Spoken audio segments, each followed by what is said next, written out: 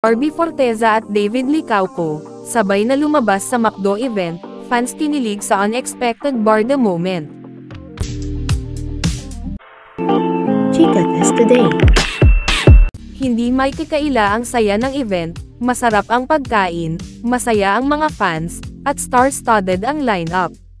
Ngunit para sa mga Barda loyalists, ang lamig sa pagitan ng dalawa ay isang extra twist na hindi nila inaasahan, ang tila pag-iwas ng tingin, at kawalan ng interaksyon sa pagitan ng kilalang love team na sina Barbie Forteza at David Licauco.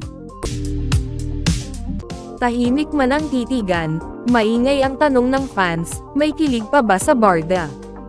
O may bagong yugto na silang binubuo, hiwalay man o magkasama, bakit nga ba parang may tension sa Barda? Hindi sila nagkatinginan, David was looking at her, pero si Barbie parang iwas tingin. May nangyari ba?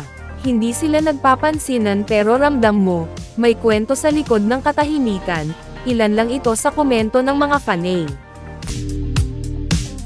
Ang mga loyal supporters ng Barda ay hati ang reaksyon, may ilan na umaasang baka simpleng off-day lang ito, habang ang iba'y nangangambang may personal na isyu sa pagitan ng dalawa.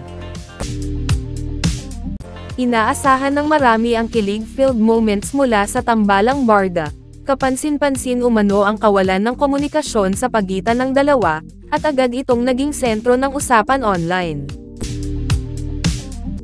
May video na kumalat online, makikitang si David ay tahimik na nakatingin kay Barbie, habang ito'y abala sa pakikipag-usap sa mga fans, ngunit walang direktang interaksyon ang dalawa.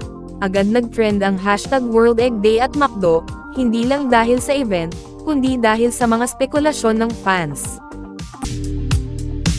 Sa gitna ng mga spekulasyon at tahimik na titigan sa World Egg Day at McDo, isang unexpected kilig moment ang nagpasaya sa mga Barda fans, sabay na lumabas sa venue sina Barbie Forteza at David Licauco, at agad itong naging viral.